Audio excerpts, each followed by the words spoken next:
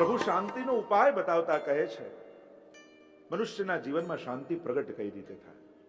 સૌથી પહેલા પ્રભુએ કહ્યું, વિહાય કામાન યહ સર્વાન, સર્વ કામનાઓને જે છોડે એના મનમાં શાંતિ આવે. એક દિવસ એવો ઉપાય કરીને આપણે બધા જોઈએ કે એક દિવસ એવો જાય, એકાદશીનો દિવસ નક્કી કરી, કોઈ કામના મનમાં નથી રાખી, મન શાંત પડી જશે. કારણ કે મન છે ને વિષયોને ગોતતું જ રહે. વિષયો વગર, ચિંતા વગર મનને ગમતું નથી. આ મનનો સ્વભાવ છે. લોકો ભલે એમ કે ચિંતા નહીં કરવી, પણ ચિંતા કરવી મનનો વિષય છે, સ્વભાવ છે. જેમ આંખનું સ્વભાવ છે જોવું. અડધો કલાક કોઈ આંખો બંધ કરે તો આપણે કેવા બેચેન થઈ જઈએ, કારણ કે જોવું એના નેચરમાં છે, સ્વભાવ એના માટે જ છે. કાન બંધ કરી દે કોઈ અડધો કલાક તો કેવા બેચેન. સાંભળવું એનો સ્વભાવ છે. હાથ પગ કોઈ બાંધી દે ને કલાક ચાલી ફરી ન શકીએ તો કેવા દે, કારણ કે ચાલુ ફરવું એનો સ્વભાવ છે. એમ મનનો સ્વભાવ પણ વિષયોને ગોતવું છે. ચંચલતા એના નેચરમાં છે. એ કામનાઓ વિવિધ પ્રગટાવી અને મન ઊભું રહેવાની કોશિશ કરે છે. સર્વ કામનાઓનો ત્યાગ શાંતિનો ઉપાય. અહંકાર વિના અને સ્પૃહા વિનાનો વ્યક્તિ થાય ત્યારે એના મનમાં શાંતિ આવે છે. શાંતિ એ પરમાત્માનું સ્વરૂપ છે. અને આ રીતે મારો ભક્ત શાંતિને પામે છે એમ પ્રભુ કહેતા અહીંયા આપણે દ્વિતીય અધ્યાયને વિરામ આપીએ. તૃતીય અધ્યાયમાં પ્રવેશ કરીએ. કર્મયોગ. અને કર્મ માટે ગીતાજીનું વિશેષ મહત્તા માનવામાં આવે છે. ઘણા લોકો તો એમ જ માને છે કે જાણે કર્મ પ્રધાન જ આખું ગીતાજી છે. એમ જોવા જાવ શાસ્ત્રોમાં કર્મ માર્ગ 3 માર્ગ બતાવ્યા. યોગાસ્તયો મયા પ્રોક્તા નણાયો વિદિત્સયા, તો જ્ઞાનમ, કર્મ અને ભક્તિ. પણ શાસ્ત્રોનો કર્મ માર્ગ એટલે યજ્ઞ યાગાદિનો માર્ગ છે. ગીતાજીનો કર્મયોગ એ મનુષ્યના કરેલા કર્મ ઉપર છે. આ બંનેમાં ફરક છે. વેદો પુરાણો જે કર્મ માર્ગ કહે છે એ કર્મ માર્ગ એટલે યજ્ઞનો માર્ગ, એને કર્મ માર્ગ કહેવાય પુરાણો પ્રમાણે, કે જેમાં દેશ કાલ દ્રવ્ય કર્મ અને મંત્ર 6 ની શુદ્ધિ દ્વારા એ કર્મ માર્ગ ફલિત થતો હોય છે, જે યજ્ઞ દ્વારા ઈશ્વર પ્રાપ્તિનો માર્ગ છે. પણ ગીતાજીનો કર્મયોગ એ મનુષ્ય દ્વારા થયેલા કર્મો. અને આના ઉપર અનેક મહાત્માઓ, સંતો, વિદ્વાનો, કેટલા ગ્રંથો એના લખાયા છે કે ગીતાજીમાં ભગવાને કઈ રીતે કર્મ દ્વારા જ ઉદ્ધારનો માર્ગ બતાવ્યો. હે કેશવ, હે જનાર્દન, તમે કર્મ કરતા જ્ઞાનને ચડિયાતું આપ માનો છો કે કર્મ કરતા જ્ઞાન શ્રેષ્ઠ છે. તો પછી હે કેશવ, મને આ યુદ્ધરૂપી ભયાનક કર્મમાં આપ કેમ જોડો છો? હું આપને જ્ઞાનની વાત કરી રહ્યો છું અને આપ પણ સ્વીકારો છો કે જ્ઞાન કર્મ કરતા શ્રેષ્ઠ છે.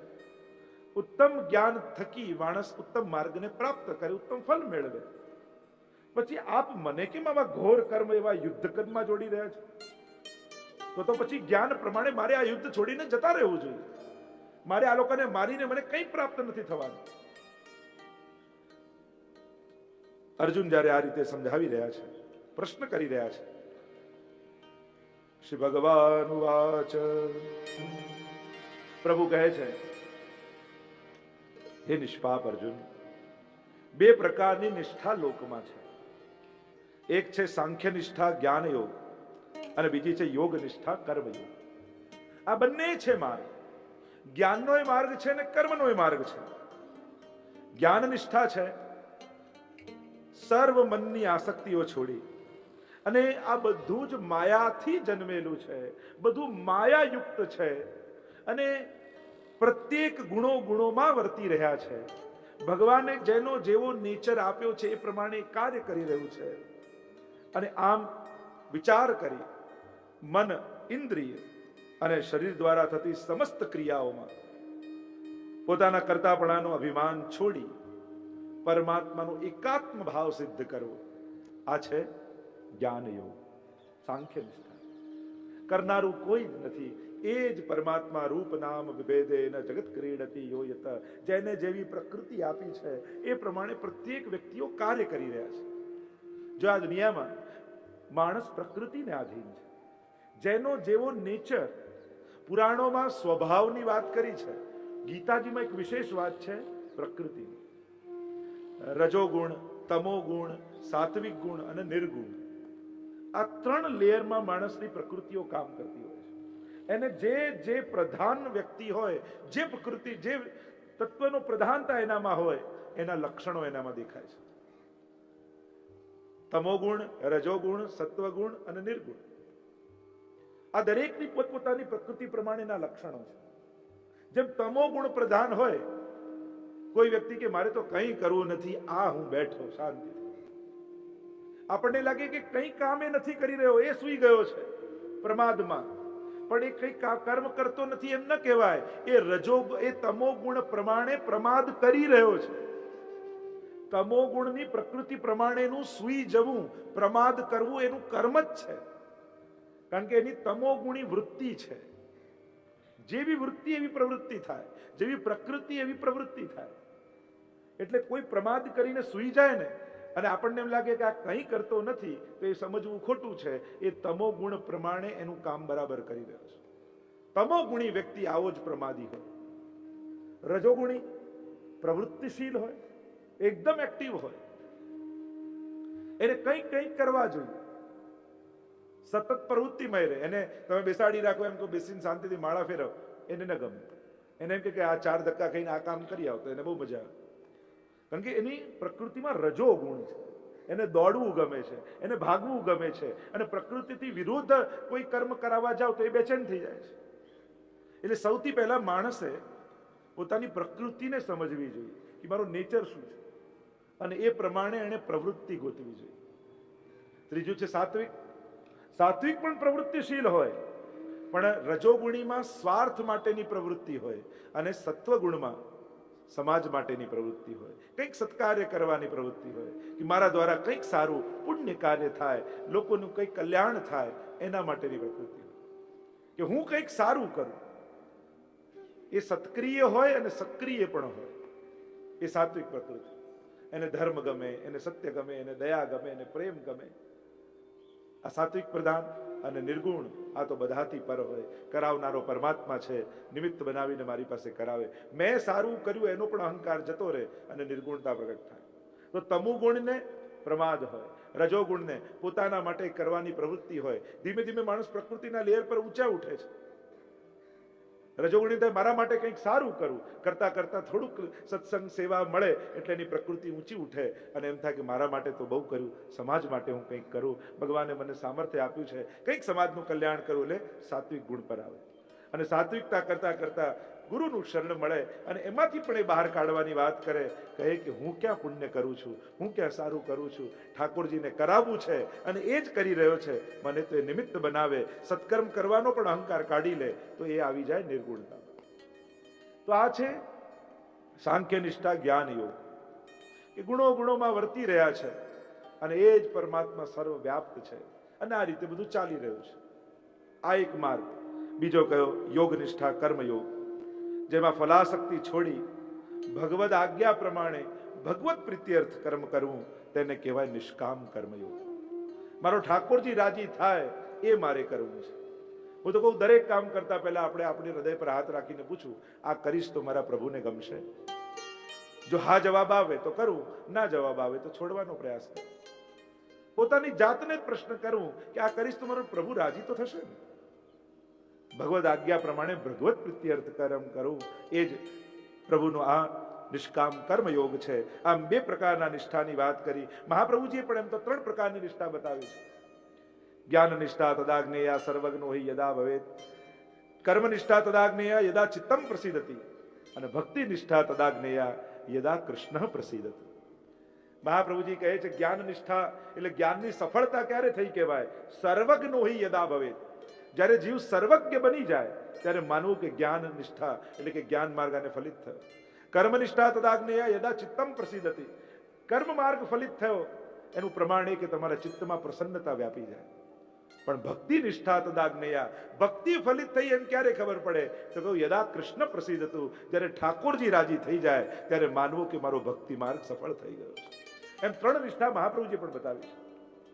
આગળ પ્રભુ એના સુંદર માર્ગોને બતાવતા ચોથા શ્લોકમાં અને પાંચમા શ્લોકમાં પ્રભુ કહે, પ્રભુ સ્પષ્ટ રૂપે અર્જુનને સમજાવે છે કે કર્મ કર્યા વગર એક ક્ષણ પણ માણસ રહી શકતો નથી. મારે કંઈ જ નથી કરવું એ પણ એક કામ કહેવાય. કર્મ કરવું, કારણ કે આ કુરુક્ષેત્ર જ છે, આને કંઈક કરવું એ નેચરમાં છે. પણ એક શું કરવું કે પ્રકૃતિ અનુસાર મનુષ્ય કર્મમાં જોડાય છે. જેની જેવી પ્રકૃતિ, રજોગુણી, તમોગુણી, સત્વગુણી, જેવી પ્રકૃતિને આધીન થઈને માણસ ખેંચાય છે. હા, પ્રકૃતિથી પર જવા માટેનો એક જ ઉપાય છે, એ છે શરણાગતિ, અને બીજું છે ગુરુ આજ્ઞા. કારણ કે જ્યારે આજ્ઞાનું પાલન કરો છો ત્યારે તમે પ્રકૃતિને આધીન નથી હોતા, આજ્ઞાને આધીન હો છો. અને આજ્ઞા કદાચ પ્રકૃતિથી વિપરીત પણ હોઈ શકે. જે રજોગુણી પ્રકૃતિ વાળો છે, ગુરુ કે તું બેસીને માળા ફેરવો, એની પ્રકૃતિમાં નથી, પણ આજ્ઞા થઈ છે એટલે કરવું છે, આ પ્રકૃતિની ઉપર ઉઠી ગયા. એટલે પ્રકૃતિથી પર જવાનો એક જ ઉપાય, એક ભગવત શરણાગતિ અને બીજું ગુરુ આજ્ઞામાં રહેવું. અને એટલે જ આપણે ત્યાં ઈચ્છા ભક્તિ નથી, આજ્ઞા ભક્તિ છે. મારી ઈચ્છામાં આવે એ પ્રમાણે ભક્તિ કરવું એમ નથી કહું, પણ જેવી આજ્ઞા થઈ, સેવા કૃતે ગુરુ આજ્ઞા, તમને જે આજ્ઞા થઈ એ પ્રમાણે તમે ભક્તિ કરો છો. કારણ કે આજ્ઞા એ આપણું બંધન નથી, આપણું ઉત્થાન છે. આપણે લાગે આજ્ઞા થઈ એ પ્રમાણે જ કરવાનું, બીજું ન કરાય. કારણ કે બીજું જ્યારે તમારી ઈચ્છા પ્રમાણે તમે કરવા જશો ત્યારે તમે પ્રકૃતિને આધીન થઈને ઈચ્છા કરશો. કારણ કે જેવી જેને પ્રકૃતિ એવા જ એના વિચાર એને જાગે છે, અને તેથી તમારું ઉત્થાન સંભવ નથી. અને જ્યારે આજ્ઞા પ્રમાણે કરો છો ત્યારે તમારે પ્રકૃતિથી ઉપર ઉઠી અને તમે કંઈક વિશેષતાને પામો છો. તો એક ક્ષણ પણ મનુષ્ય કર્મ કર્યા વગર રહી શકતો નથી. કરવું એના સ્વભાવમાં છે, અને દરેક કર્મમાં માણસ લેપાય છે. જે કર્મ કરો છો એ લખાય છે. સારું કરો કે ખરાબ કરો. આપણે ત્યાં કેવું 3 રીતે કર્મ સમાપ્ત થાય એમ વિચારકો કહે. એક પરિચ્છાએ, એક બીજું સ્વેચ્છાએ, અને ત્રીજું અનિચ્છાએ. કર્યા છે કર્મ તો એનો હિસાબ તો કરવો જ પડે. કર્મમાંથી જીવ મુક્ત કેમ થાય? તો કે 3 રીતે કર્મ માણસ ભોગવે છે. એક અનિચ્છાએ, કે તમારા ભાગ્યમાં કંઈક પડવા વાગવાનું હતું, તમે ચાલ્યા, ઝાડ પડ્યું, હવે એમાં કોઈની કઈ ઈચ્છા નથી, અનિચ્છાએ પણ તમારે ભોગવવાનું હતું તો ભોગવવું પડ્યું.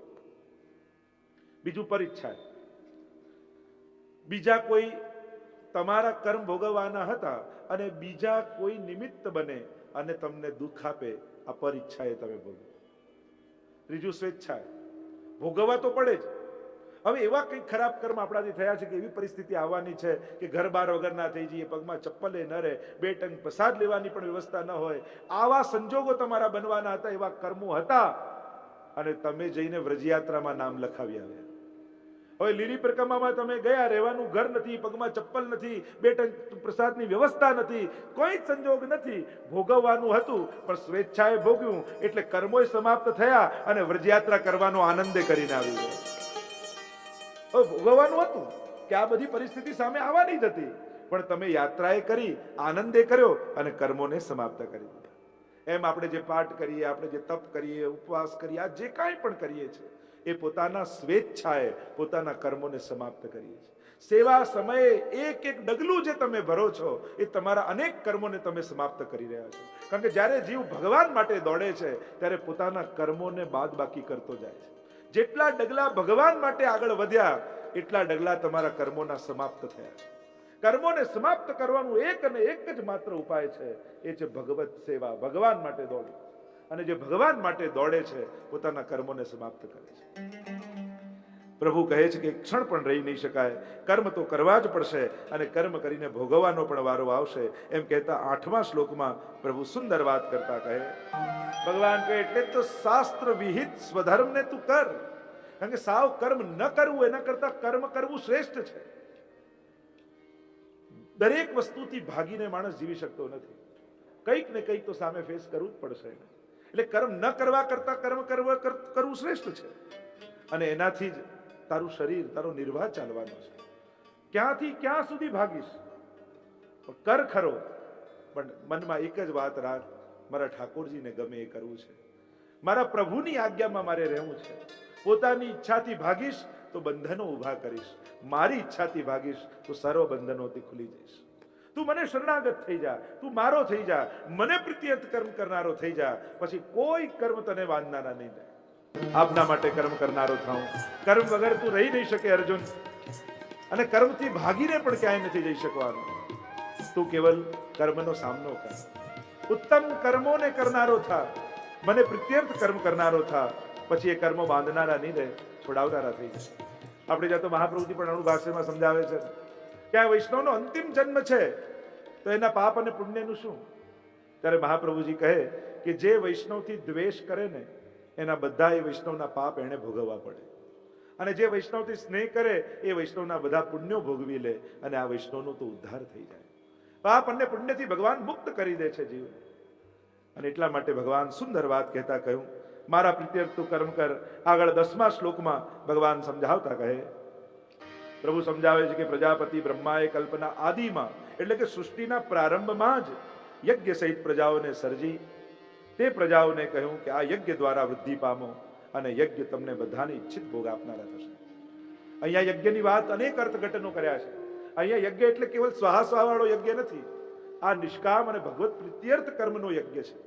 કે જ્યારે જે કંઈ પણ કર્મ કરો છો, કારણ કે બ્રહ્માજી પણ જ્યારે સૃષ્ટિનું સર્જન કરે છે ને ત્યારે ભગવાન પાસે માંગે છે કે પ્રભુ વ્યક્તિ એક નાનકડું ઘર બનાવે તો એને મદ આવી જાય, પ્રભુ એવી કૃપા કરજો, મારે તો સૃષ્ટિનું સર્જન કરવાનું છે, મને ક્યારે સર્જનનો મદ ના આવે, આપની આજ્ઞા પ્રમાણે હું કર્મ કરી શકું. ત્યારે બ્રહ્માજી ભાગવતજીમાં સુંદર ચર્ચાઓ છે. કહ્યું કે આ તો સૃષ્ટિના સર્જનમાં જ બ્રહ્માજીએ કહ્યું હતું કે આ યજ્ઞ જે નિષ્કામ ભગવત પ્રીત્યર્થ કર્મ છે એ યજ્ઞ દ્વારા જ ઈચ્છિત ભોગોને પ્રાપ્ત કરશો, એમ કહેતા 12મા શ્લોકમાં કહ્યું, અને યજ્ઞમાંથી વધેલા અન્નને આરોગનારો એ શ્રેષ્ઠ પુરુષ, એ તો સર્વ પાપોમાંથી મુક્ત થઈ જાય છે. અને યજ્ઞ એટલે કયું યજ્ઞ? ઈશોપનિષદે પણ કહ્યું ને કે ઈશાવાસ્યમિદં સર્વમ યત્ કિંચિત જગત્યામ જગત તેન તક્તેન ભુંજિત્થા મા ગૃધ કસ્ય સિદ્ધવનમ. ત્યાગ દ્વારા ભોગવવાની વાત, વાટીને લેવાની વાત. પ્રભુને ધર્યું હોય એ સામગ્રી, સરાઈએ એ પ્રસાદ, અને વૈષ્ણવને વાટીને જે બચે એ મહાપ્રસાદ. અને આપણે ત્યાં તો મહાપ્રસાદની મહત્તા છે ને કે બધાને વાંટવાનો જે આનંદ છે એ જમવાના આનંદ કરતા અનેક ગણો વધારે છે. જોઈ જજો, ઘણી વાર આપણે ત્યાં પ્રસાદ લેવા વૈષ્ણવ આવ્યા હોય અને ધાર્યા કરતા 25 જણા વધારે આવી ગયા, આપણને એમ લાગે કે આપણા માટે તો નહીં બચે, પણ એ દિવસે ભૂખ્યા રહેવામાં જે આનંદ આવે છે ને એ આનંદ જમ્યા પછી નથી આવતો. તમે ગમે ત્યાં સારું સારું જમીને આવો તમને સુખ થાય, પણ ભૂખ્યાને જમાડીને આવો તો તમને આનંદ થાય છે. એના ફિલિંગ્સ કેવા જુદા હોય છે, જમવાના ફિલિંગ્સ જુદા હોય ને જમાડવાના જુદા હોય. અહીંયા પરમાત્મા સમજાવે છે કે આ યજ્ઞથી બચેલું જે છે, અને યજ્ઞ કયું છે? વાટવું એ જ યજ્ઞ છે, પ્રભુ સુકાર્થ જે કાર્ય કરવું એ જ યજ્ઞ છે. અને એ યજ્ઞ કરીને બચેલું અન્ન જે લે છે, અને ભગવાન તો ત્યાં સુધી કહે છે જે કેવલ પોતાના માટે રાંધે છે એ પાપ ખાય છે. રાંધે છે એટલે પોતાના માટે જ જે કામ કરે છે એ ડગલે ને પગલે પાપ જ કરી રહ્યો છે. જેને પોતાના સિવાય બીજા કોઈનો વિચાર આવતો નથી એ પાપ કરી રહ્યો છે, ભગવાન કહેવા માંગે છે. પેટ ભરવા માટે તો પશુઓ જીવે. પશુઓનું જીવનનું લક્ષ્ય શું હોય? બસ સામે સિંહ ઊભો હોય તોય પેલું હરણું ઘાસ ખાવામાં એટલું મશગુલ હોય કે સામે કાળ આવીને મારી નાખશે એનું ભાન ન હોય. પેટ ભરવા માટે તો પશુઓ જીવતા હોય છે. માણસ કંઈક વિશેષ ઉદ્દેશ્ય સાથે જન્મ લે છે. ભગવાન એને બુદ્ધિ આપી છે, એને વિચાર આપ્યો છે, એને તક આપ્યો છે આ ચક્રમાંથી નીકળવા માટે. ઘણા લોકોને પૂછે કે પેટ ભરવા માટે દોડીએ છે, આ મનુષ્યનો જવાબ ન હોય. અને એમે પેટ કોઈને દોડાવતું નથી, બધાને જીભ દોડાવતી હોય છે. પેટ તો ખીચડીથી ભરાય, પણ રસગુલ્લા ખાવા એટલે દોડવું પડે. પેટ કોઈને દોડાવતું નથી, જીભ માણસને દોડાવે છે. આવશ્યકતાઓ ક્યારે દોડાવતી નથી, ઈચ્છાઓ માણસને દોડાવતી હોય છે. આ ઈચ્છાને વશ થયેલો માણસ સતત દોડતો રહે છે, એનો ક્યારેય અંત નથી આવતો. ભાગતો રહે માણસ, અને છેલ્લે જીવનમાં શું પામે? આ મેળવેલું, આ ભેગું કરેલું, આ કરેલું, અને એનાથી અશાંત કુત સુખમ. અને ઈચ્છાઓને કારણે જે અશાંત છે એને ક્યારે સુખ મળતું નથી. પેલું કહેતા ને કે એક રાજા રોજ એને એક માલિશ વાળો આવે માલિશ કરવા, અને માલિશ કરીને જાય એટલે રોજ રાજા એક સોનામોર આપે. અને સોનામોર આપે એટલે રાજાના મહેલની સામે ઝૂંપડું એનું, અને એક સોનામોર આપે એટલે વેચીને ભોજન લાવે, પીણું લાવે, બધા મિત્રોને ભેગા કરે ને ઉજાણી કરે, એટલી મજા કરે. અને રોજ રાજા સાંજ પડે જુએ કે મારું આખું રાજ્ય આટલો સુખી હું, પણ પેલો જેવી મજા કરે છે મને કેમ નથી. સવારે જાગ્યો માલિશ કરવા, રાજાને ત્યાં જતો હતો, દરવાજો ખોલ્યો ના થેલી પગમાં ચડાઈ, એક ગણી 99 સોનામાં. રાજાને ત્યાં માલિશ કરીને આવ્યો, થયું સોનામોર મળી, વિચાર કર્યો કે આજે કોને કોને બોલાવીશ, અને વિચાર કરતા થયું કે 99 થેલી મળી છે સિક્કાની, જો આજનો સિક્કો બચાવી લઉં તો 100 પૂરા થઈ જાય. અને આજે કોઈને બોલાવ્યા નહીં, થેલીમાં સિક્કો નાખ્યો, 100 બાંધીને મૂકી. રાતના સુતા સુતા વિચાર થયો, એક બચાવી તો 100 થઈ ગઈ, રોજ આવી બચાવું તો 1000 થઈ જાય. અને બીજા દિવસે પણ શાંતિ, ત્રીજા દિવસે પણ શાંતિ. રાજાએ પ્રધાનને બોલાવ્યો, થયું કે થયું શું, ઉજાણી કેમ બંધ થઈ ગઈ? કે 99 મૂક્યા, 100 પૂરા કરવાની ચિંતામાં ઉજાણી બંધ કરી, હવે 1000 પૂરા કરવામાં 100 દિવસ કાઢશે, અને આમ કરતા કરતા એને ક્યારે પણ ઉજાણી નહીં કરી શકે. બસ આપણા જીવનમાં આવું જ થાય છે. ક્યાંક આટલું મૂકી દઉં અને ક્ષણોને આનંદની ગુમાવી દીધી, અને આમ કરતા કરતા આપણા બધાની તકલીફ શું, સુખ આવે તો દુઃખના દિવસની રાહ જોઈએ. હમણાં નથી વાપરવું, દુઃખ આવશે ને ત્યારે વાપરીશું. એટલે સુખ પણ સુખના દિવસોમાં ન ભોગવીએ. દુઃખની આપણે બધા જ રાહ જોઈને બેઠા હોઈએ છીએ કે દુઃખી થઈશું ને પછી આ કરીશું.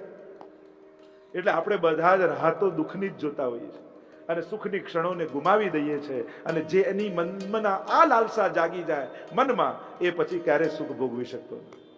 ભગવાન પણ અહીંયા એ જ આજ્ઞા કરે છે, જે કેવલ પોતાને લક્ષ્યમાં રાખીને જીવે છે એ પાપ ખાય છે. અર્જુન, અને એટલા માટે તું પોતાના અહંકારને કાઢી નાખ. હું જીતીશ, હું રાજ્ય ભોગવીશ, મને રાજ્ય મળશે, મને પાપ લાગશે, મને પુણ્ય લાગશે. તારું કોઈ અસ્તિત્વ નથી આ દુનિયામાં. તું મારી આજ્ઞા પ્રમાણે યુદ્ધ કર તો પાપ અને પુણ્ય બંને ઉપરથી ઉપર ઉપટી જઈશ.